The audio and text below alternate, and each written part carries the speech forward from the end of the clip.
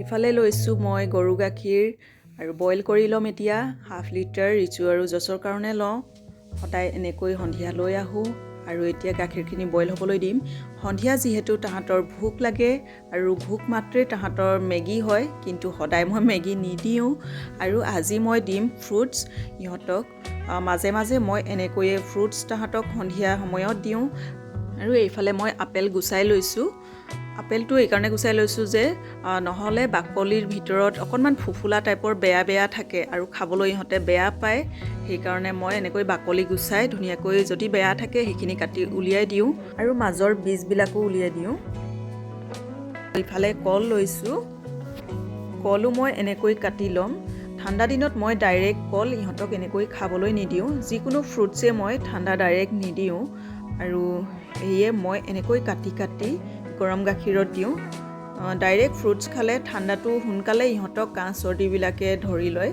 সেইকাৰণে মই এনেকৈ গৰম গাখীৰত দিওঁ আৰু ইফালে গাখীৰো উতলি গৈছে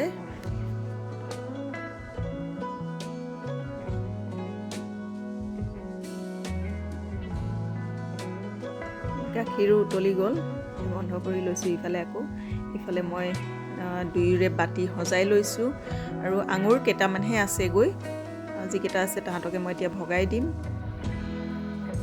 আৰু আজি অন্য ফ্ৰুটছ একোৱে নাই এইকেইটা আছে এনেকৈ মই দিলোঁ গৰম গাখীৰ ঢালি তাৰ ওপৰতে মই অকণ ক্ৰীম দি দিছোঁ আৰু আজিৰ সন্ধিয়া ৰিচু আৰু জছৰ নাস্তা এইদৰে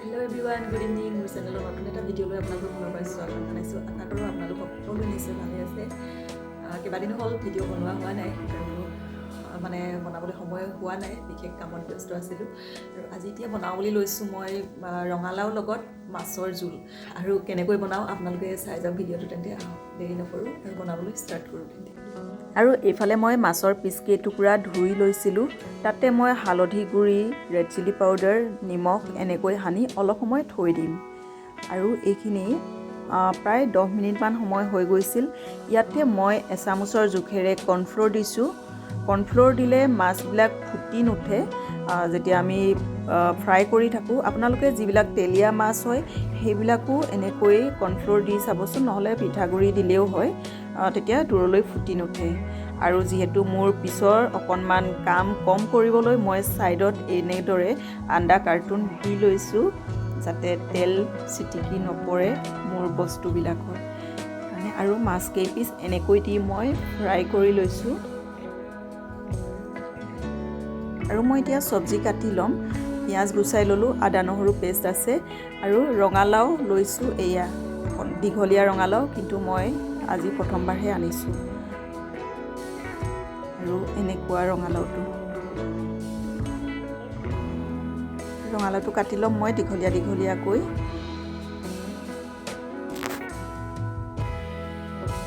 আৰু আপোনালোকে এনেকৈ ৰঙালাওৰ লগত মাছৰ জোল খাইছেনে বাৰু যদি নাই খোৱা এবাৰ কিন্তু বনাই খাই চাব দেই আৰু আজিৰ এই ভিডিঅ'টো আপোনালোকে শেষলৈকে চাব বুলি আশা ৰাখিলোঁ আৰু শেষত যদি আপোনালোকে চাই ভাল পায় প্লিজ লাইক এটা কৰিব আৰু ভিডিঅ'টো শ্বেয়াৰ কৰিব আৰু চেনেলটো যদি নতুনকৈ চাই আছে আপোনালোকে ভিডিঅ'টো তেন্তে প্লিজ ছাবস্ক্ৰাইব কৰি ল'ব আৰু এতিয়া মই চব্জিখিনি কাটি ল'লোঁ ইফালে বিলাহী এটা লৈছোঁ জলকীয়া লৈছোঁ ইফালে মাছ ফ্ৰাই হৈ থাকে মানে মই মোৰ বাকী যোগাৰবিলাক কৰি লৈছোঁ আৰু বিলাহী কাটি লৈছোঁ এইফালে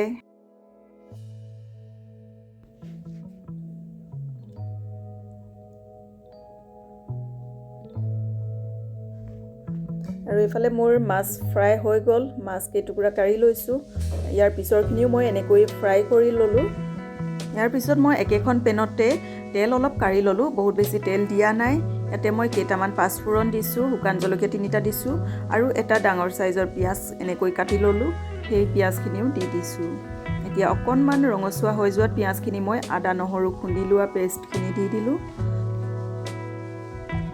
আৰু এতিয়া ইয়াতে মই হালধি গুড়া অকণমান জলকীয়া গুড়া অকণমান আৰু অকণমান ধনিয়া গুড়া এনেকৈ দিছোঁ ইয়াতে যাতে মছলাখিনি আৰু জ্বলি নাযায় তাৰ কাৰণে মই অকণমান পানী দি দিলোঁ আৰু এই মছলাখিনি মই অকণমান ভালদৰে ভাজি ল'ম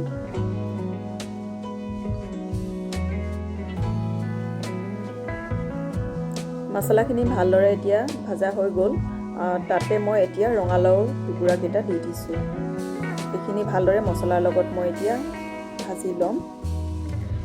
আৰু এই ৰঙালাওখিনি সিজিবলৈ কিন্তু বহুত বেছি সময় নালাগে। ইয়াতে মই এতিয়া জোখমতে নিমখো দি দিছোঁ। ভালদৰে সিজি যাব। অকণমান সময় মই ইয়াতে ঢাকন লগাই এতিয়া থৈ দিম।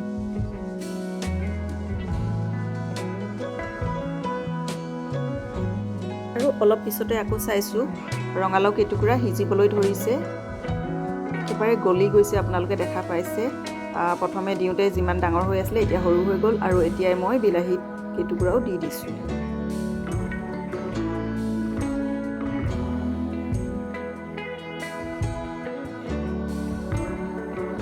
অলপ সময় মই ঢাকন লগাই সিজিবলৈ দিছোঁ। এতিয়া অলপ পিছত আকৌ চাইছোঁ যে এয়া বিলাহী পূৰা সিজি গৈছে। ৰঙালাওটো আগতে সিজি গৈছিল। আৰু এতিয়া গেছৰ ফ্লেমটো মই হাই কৰি দিছোঁ। ইয়াতে মই 1 কাপ পানী দি দিছোঁ।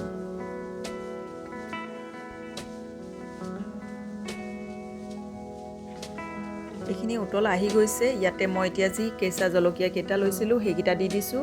আৰু মাছৰ পিচ কেইটুকুৰাও দি দিছোঁ। আৰু এয়া বহুত বেছি সময় উতলাব নালাগে। মাছ দিয়াৰ পিছত মই ইয়াক 4 মিনিটমানহে উতলিবলৈ দিছোঁ। আৰু এয়া আজি ৰঙালাওৰ লগত মোৰ মাছৰ জোল হৈ গ'ল। ইয়াতে কিন্তু অন্য এতিয়া আৰু একো নিদিওঁ, অকল ধনিয়া দিম। আৰু তাৰপিছত আমাৰ মাছৰ তৰকাৰী হৈ গৈছে। ইয়াত দেখা পাইছে ৰঙালাও কি ধুনীয়াকৈ কোমল কোমলকৈ সিজি গৈছে, মিঠা মিঠা হৈছিল। খাবলৈ খুব সোৱাদ হৈছিল ৰঙালাওৰ লগত মাছৰ তৰকাৰীখন। আপোনালোকেও এদিন বনাই এয়া ট্ৰাই কৰি চাব।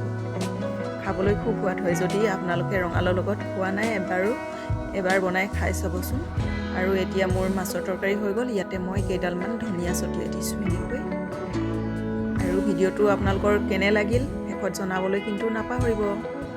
আজিলৈ তেন্তে আহোঁ, পুনৰ লগ পাম মই অন্য এটা ভিডিঅ'ত। Thank U.